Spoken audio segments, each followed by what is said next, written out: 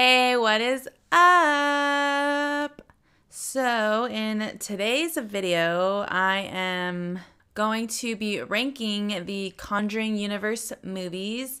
I'm going to be ranking these movies here because I watched them all recently because I wanted to prepare myself for watching the latest Conjuring film, which is Conjuring 3, The Devil Made Me Do It.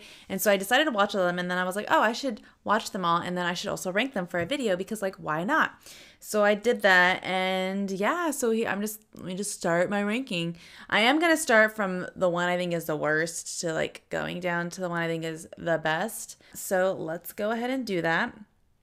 And I'm kind of just judging these on, like, just my overall just enjoyment, I guess you can say. Like I guess like the story and just kind of like how spooky it is, and just if I left the ending of watching the movie feeling enjoyment from it.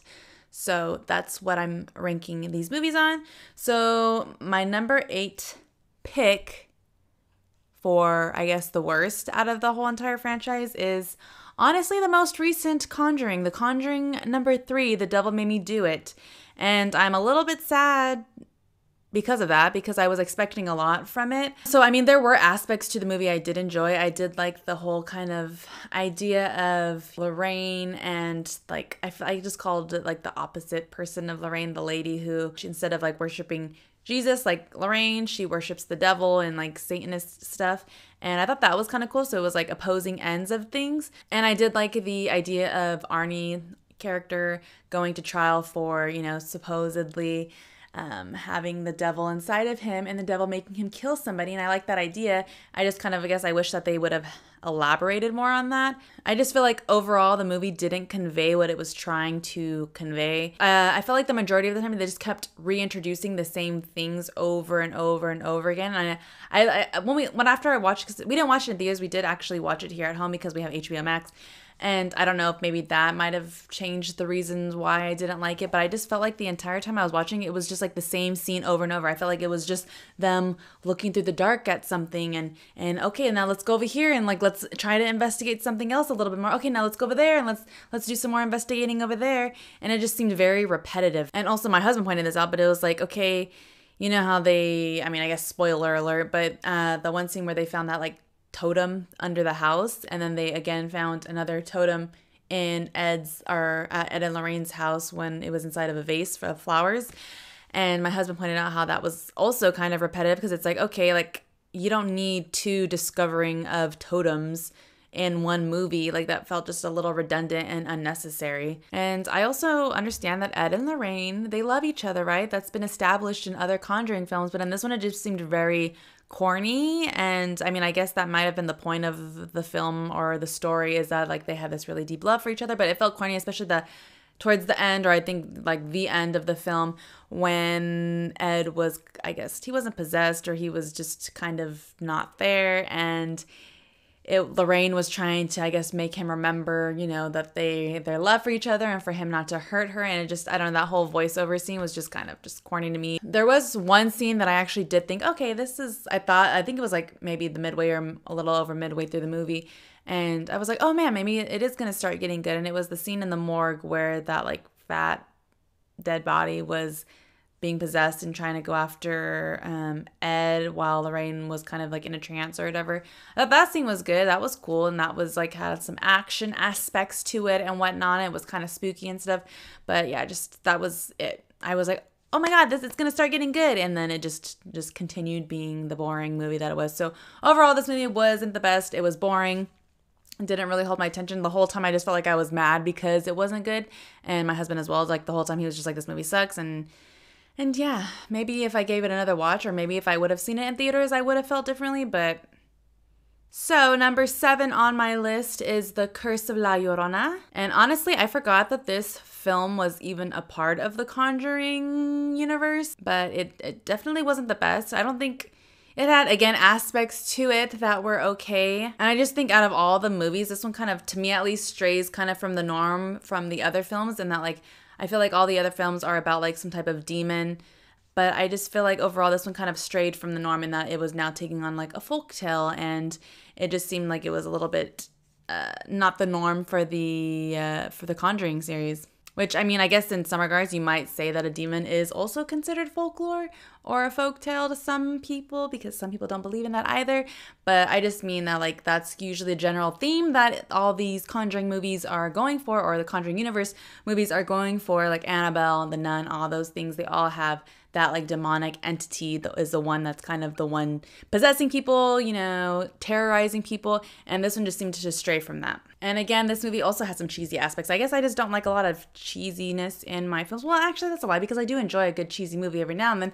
But for some reason, it just didn't work for this one, especially the scene that kind of stands out in my mind specifically was when I think Raphael, who was the priest that dropped out of being a priest, and he was basically like a shaman, and there was a scene where I think he had put like the juices from the La Llorona's tears or whatever in like a little container, and when they asked him like, oh, what is that? And he's like, anti-venom, and he flips the thing open later on, and it's like slow-mo and super dramatic, and I was just like laughing, thinking that was kind of silly, and it just made it, to me, that specific scene kind of reminded me of like action movies, and the fact that they were trying to make it seem very dramatic, and that type of slow-mo just didn't really fit in this style of movie, at least for me. I also thought the ending of this film was kind of lackluster, because I feel like it was all this buildup of everything that was going on, and then to them just being like, okay, just stab her with a cross and that'll do it.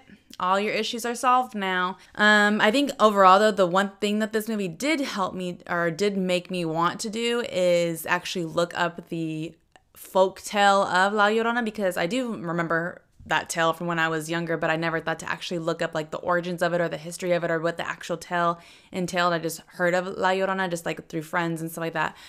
So overall, it actually made me want to like do a little bit more research on her and see what the whole tale is all about. But yeah, didn't care for this one either. Number 6 on my list is The Nun. And again, I feel like these 3 films that I'm starting off talking about are just films that I just thought were kind of just boring in general. With The Nun, I actually forgot that I even watched it to begin with. When I was watching all these movies, I was like, okay, yeah, I know I've seen a couple of these movies, but I don't think I've seen them all. And I was like, oh yeah, The Nun, I haven't seen The Nun. I'm excited to watch that film for the first time. But then as I was watching it, I was like, oh wait, I have seen this movie before. So I don't know if that says anything about the film, or that it's kind of boring or unmemorable, but I mean, I think that speaks for itself. I didn't even remember I watched it. And even while I was watching it, again, it just wasn't holding my attention. I kind of found myself wanting to do other things while I was watching it. Yeah, not much to say. I mean, there were like some shots, like I liked the atmosphere of the film, and on paper it sounded like it would be a really good film, but I just think maybe they just didn't execute it well. So I think 5 Up are all films that I enjoyed. I think I would watch them again. I would recommend them to people. I think they were good movies overall. This is just kind of, I guess, since I'm having to rank them, this is my ranking for them. So for number 5, apparently everyone loves this movie, but I liked it. Don't get me wrong. I definitely liked it. It just wasn't my fave out of all of these spin-off movies. So that is Annabelle Creation, which I didn't realize a lot of people like Annabelle Creation over the original Annabelle, because I also really like the original Annabelle spin-off movie. I mean, I do love the story. I think on its own, it is a really good story. It had its many creepy moments. I think just originally I was kind of too hung up on the fact that because I didn't watch the whole thing yet, I was thinking, oh my God, this doesn't make sense. How is this the origin story of Annabelle when she was supposed to be just like, you know, in the first Annabelle, how she wasn't possessed until after the daughter, you know, died with the doll in her arms. So I just was too hung up on that. So I think that might have been why I was kind of distracted from not seeing how good this film actually was. I do think I need to watch this film again, having known what I know now after watching it. But once I finished watching it and I was like, oh, so that's how this one relates back to the other Annabelle movie, and it's because, you know, Janice is Annabelle and she was adopted, and then the doll just happened to, like, they just happened to reconnect basically, so she could then die and become like in the doll. But anyways, so once I found out that the Higgins were the ones that had adopted Janice, who is like Annabelle, or made me think about how in Annabelle, how when the Forms were talking to the Higgins and were like, oh, you know, this is a miracle. Oh, no, sorry. The Higgins woman, wife, was talking to the Forms, and they were like, oh, or she said, oh, like, basically like pregnancy is a blessing or children are a blessing. And then the dad was like, yeah, until they learn to talk. But I'm like, okay, but if you guys adopted her, I don't get it. Like, how, if you adopted her, then how do you know what she was like when she didn't know how to talk? So, I mean, I don't know. That just might be a little small thing that I was a little hung up on. But I think I need to watch this film again because I think I was just not fully able to enjoy it like I should have been. Okay, so then with that, on number 4 on my list is the original Annabelle. I'm sorry that I like this one more than Annabelle Creation. One of the reasons why I like this one is because I really got creeped out at certain scenes in this movie. Specifically, the scene that stands out the most to me is when she goes down to the basement or the storage basement area and she sees the demon there like in the shadows, and then she like tries to go on the elevator, but then the elevator just opens up and she's still there in the basement. That scene freaking creeped me out. But even furthermore, what creeped me out is when she's like running back up the stairs and then she turns around and the demon's just like there chilling in the dark on the stairs. That I was like, oh, hell to the no. I feel like this is one of the ones that kind of genuinely freaked me out, or had moments that genuinely freaked me out. And I just like the story overall. I mean, hello, it's a mother who's not gonna want to be on the side of a mom who's trying to help her daughter from not being possessed, you know? Third on my list is The Conjuring 2. I think this movie is definitely on par with the first one, just generally in the aspects of being creepy, you know? Lorraine and her, like, premonitions of her with Valak, and, like, you know, that whole scene where they were, like, in the office and, like, Valak was, like, on the walls, like, circling her, and then she, like, gets the picture and puts it on their face and then, like, runs towards Lorraine. Like, that was all, like, really creepy. And initially I was also kind of bored with this movie. I was kind of like, I think one of the reasons why I was bored because it kind of followed the exact same format as the first one. And I was like, okay, let's show me something new, you know, like let's get some newness in here. But then once they kind of did the whole reveal of with the old man and that he was actually just like a tool that Valak was using to try and possess the young girl, that's when I was like, oh shit, okay, yeah, this is good. And of course, we learn more about Ed and Lorraine and kind of that situation that happened to her and when she saw Ed's death, and that was kind of why she hid herself away for however many days that she did. Also, I actually did enjoy the fact that in the beginning of this film, how they kind of showed their involvement with the Amityville horror house, because actually I have a podcast, and in that podcast we talked about the Amityville haunting and the involvement of Ed and Lorraine. And so I kind of like that they did show that because I kind of forgot that they had some involvement with that, even though it was very minimal. Number 2 on my list, Annabelle Comes Home.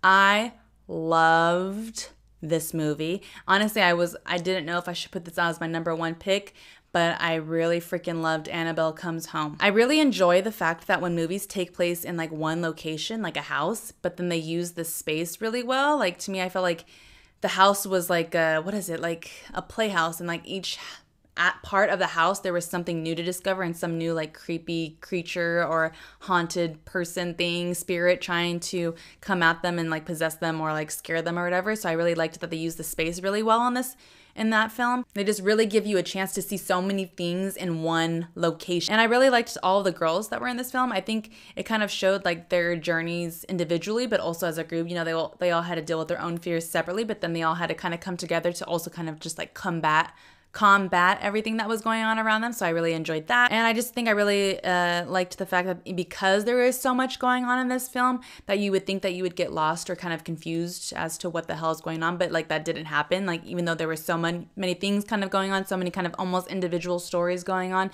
but they all linked back together. They all like made it easy for you to understand and not get lost in what the story was actually being, or what the story actually was about. This film was just like fun all around. And last, but definitely not least, well, I guess for now, definitely least, my number 1 pick for this ranking is obviously Conjuring. First Conjuring. I think just overall that probably has to be the first because it was the one that introduced us to this whole world, and I think they just did everything very well in that movie. Of course, they had all the spooky vibes, that classic scene where Lorraine is out talking to Ed, and you can kind of just see the feet hanging of Bathsheba, I believe it was, that was hanging in the tree, and that's just, I feel like that's a classic, iconic scene. And they just had all of like this is what set up the whole franchise. This is what gave them the formula for all the other movies and gave them these characters of Ed and Lorraine for all the other films as well. And watching this too, I just think the way they shot it in general was really good. I feel like they gave you a lot of unexpected like jump scares almost as well in the film. Like you think something's gonna happen, but then it happens, but it just happens in an unexpected way. I think just in general, I really am a fan of James Wan. I love obviously the Saw films. I feel like I keep talking about that. I love all of the Insidious films, and I mean, even though I was a little bit harsher on the Conjuring, the like later Conjuring films, I am a general fan overall. I think he does really well with the horror genre, and I just think James Wan in general knows how to make things feel kind of spooky, but still not let the spooky aspects distract from the overall central theme or story, which is usually the families that are having to deal with these spooky, creepy things. So yeah, that is my ranking for the Conjuring universe. I feel like some of these films I definitely need to give a second chance because, as I said, I just feel like, I guess, I don't know, I'm definitely a type of person that needs to know what's going to happen before it happens, because if I don't, then I get fed up with the movie, or I just get kind of distracted, or like I said, I get hung up on certain things that I shouldn't necessarily get hung up on, but I do. And I think if I knew what was going to happen later on, maybe I would be able to kind of just fully enjoy the movie. And I think out of like the spin-off series, I think I really enjoy the Annabelle ones the most, even more so than the Conjuring ones, because I don't know, even though some of them aren't as strong as other movies, even within the Annabelle spin-off franchise in of itself, I think Annabelle kind of, with each movie, they give a different story. Unfortunately, with The Conjuring, I feel like they use the exact same formula for each movie, but with Annabelle, I feel like we've gotten a different type of thing each film, and I think that just makes it a really good spin-off. But that is it for now. I guess let me know what you think of my rankings, or what you think the best movie is in the Conjuring universe. And yeah, so I will see you in the next one. Bye!